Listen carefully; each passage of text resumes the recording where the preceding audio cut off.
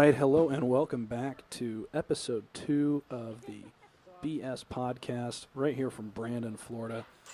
As always, I'm Noah Bullard here with Ben Baker, and we're going to be going through our day with you guys, starting off with the 3-hour car ride over to Jupiter, Florida to cover the Miami Marlins and the Washington Nationals. They played a spring training game today. I believe the game started around 1 o'clock. And a close game throughout. The Marlins started out down 4-1, ended up coming back and winning that game in the bottom of the ninth. So definitely a lot of information there for us to go through, and definitely a fun game to watch as well. We had the opportunity to interview a couple Miami Marlins players, I believe Peter O'Brien and was it Trevor Richards? Trevor Richards is correct, that's yes. Right. Really, really nice opportunity there. Great guys, fun to talk to, and we're definitely thankful to the Marlins for that opportunity.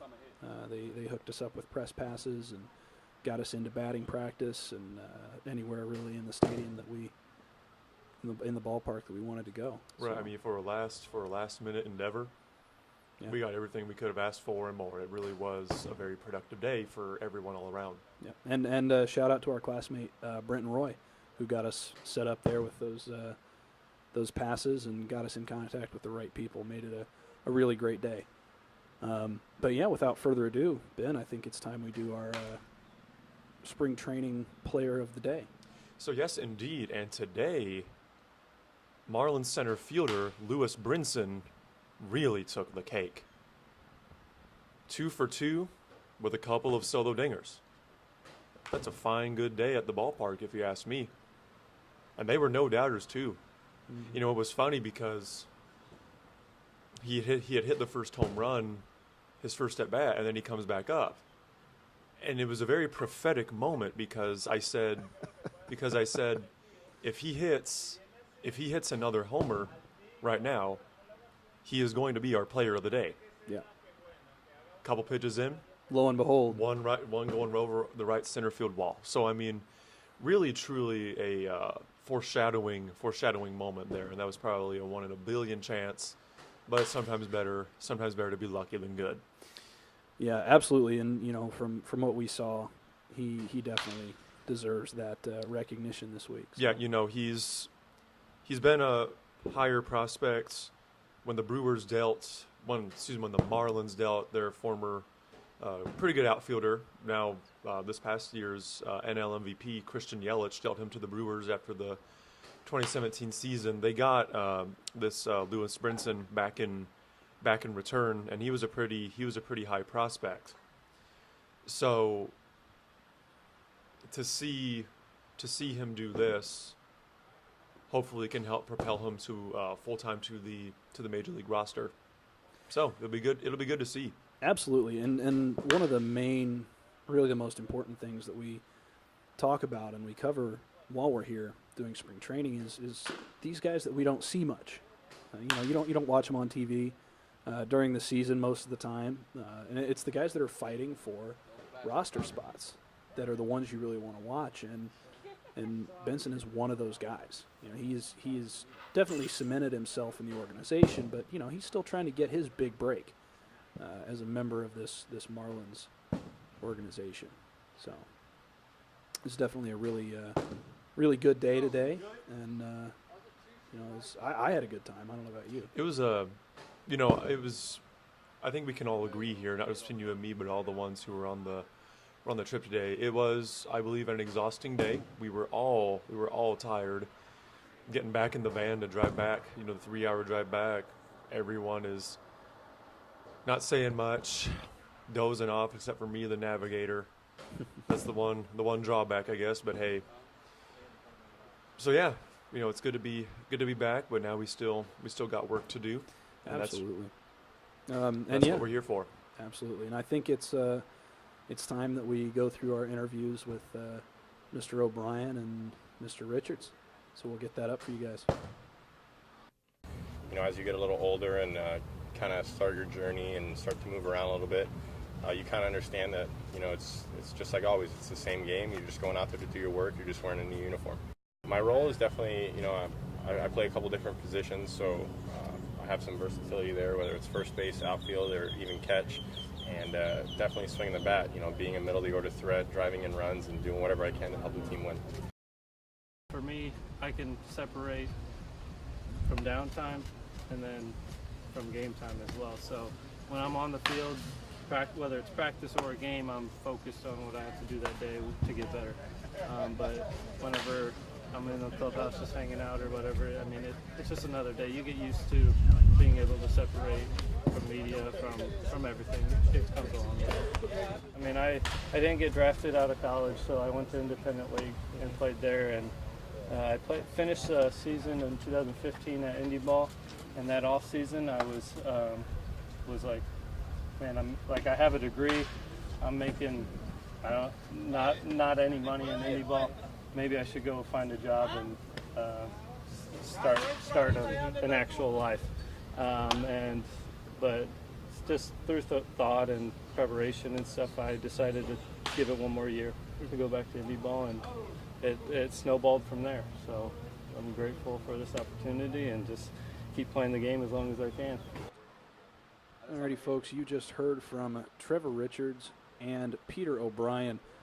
Really great opportunity to talk to those guys and, hear what they have to say.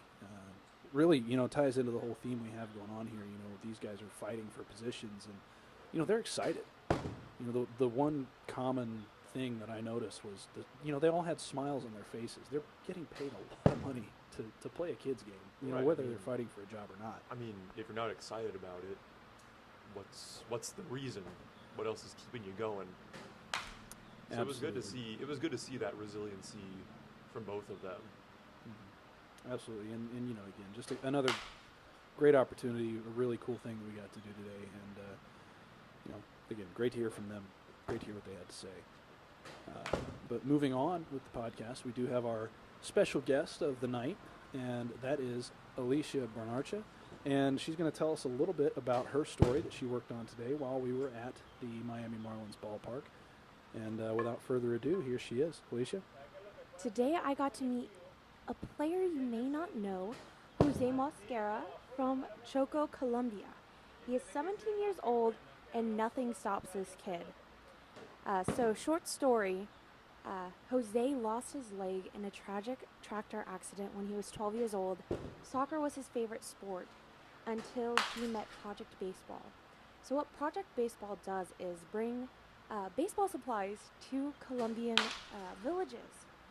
And through that, he picked up a bat, he picked up a ball, he picked up a glove, and he let nothing stop him. He's been playing for the last 6 months, and you can see in videos that this kid has some talent and he has some passion in him.